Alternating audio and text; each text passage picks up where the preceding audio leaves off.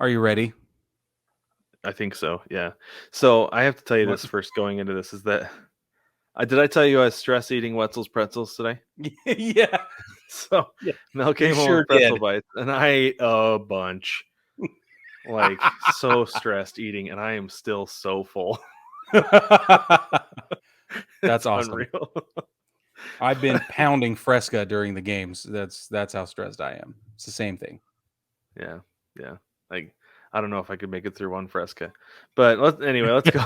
let's go to the Mariners and Astros. So the Astros lead this series 2-0. The Astros walked off game 1 8-7. Yordan Alvarez. Okay, let's talk about this for just a minute, Brig. Okay. Comes time for Yordan Alvarez to hit, and the Mariners decide to bring in Robbie Ray. They want the lefty Mm-hmm. lefty matchup. Okay, I got some numbers for you. And this Okay. is the thing too. There were two outs I know. in the bottom of the ninth. The Yeah. score was was 7-5, 2 runners on. And I can't remember if I texted you or Jewel. Was like, all he's got to do is keep him in the yard. Right. Just got to It keep him in wasn't the yard. I me. don't care if he hits a double. The Yeah. game is tied. Just keep him in the yard. So this Yeah. is the thing. And this is where like looking at all these is like I start to have more of a problem with this move because like I said, I understand the lefty lefty, that's a thing.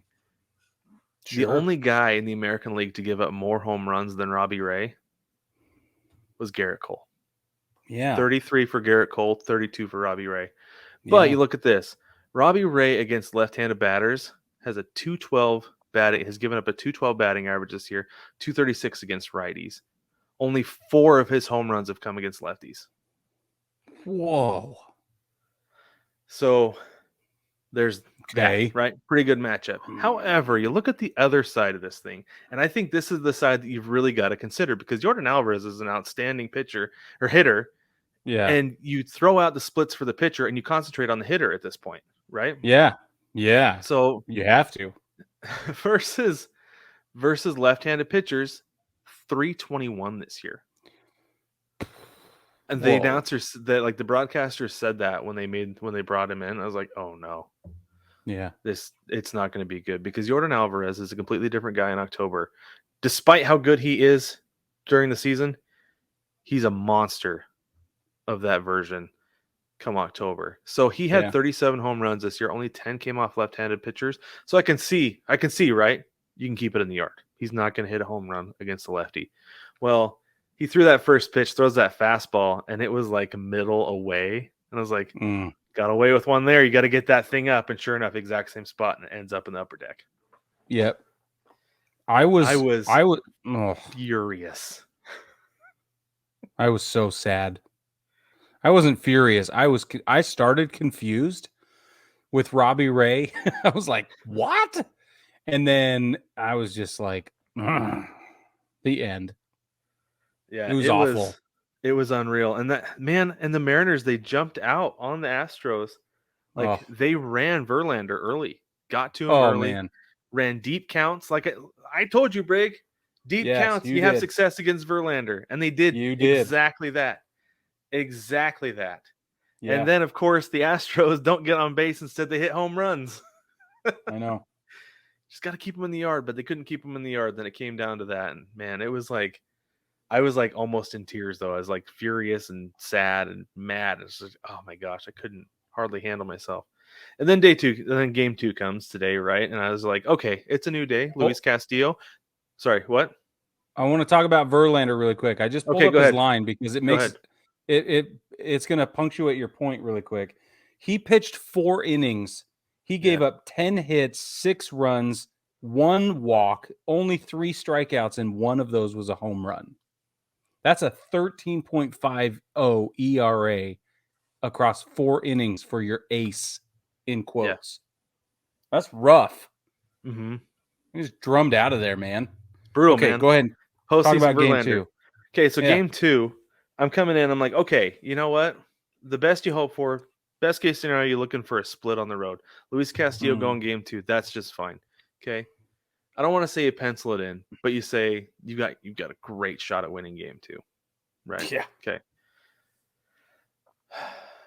2-1 lead. Up comes Yordan Alvarez. Can't get Pena out. Got to get Pena out. Can't get him out. Pena. 2-run home run out in the left field in the Crawford boxes. 3-2 lead, and then Bregman goes and gets the insurance run in the 8th inning, 4-2 game. Now this is the thing. Brig. That this is why I said the Mariners would make the playoffs this year, but not make a run to the World Series. Yeah. And why I think that it's next year is the first year it can happen. Yeah. Young players. The Yeah. Mariners have a whole lot of young players. And yes, you can say young players have the endurance. They can heal. They're fine, right? The other thing is young players don't have the endurance.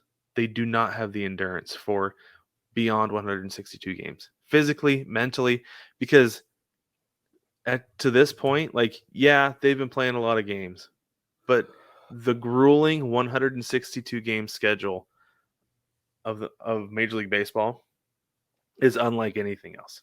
Unlike anything they've experienced. Traveling 100%. from city to city, Yeah. playing every single day almost, double headers, and then you get into the playoffs, and it's the next level.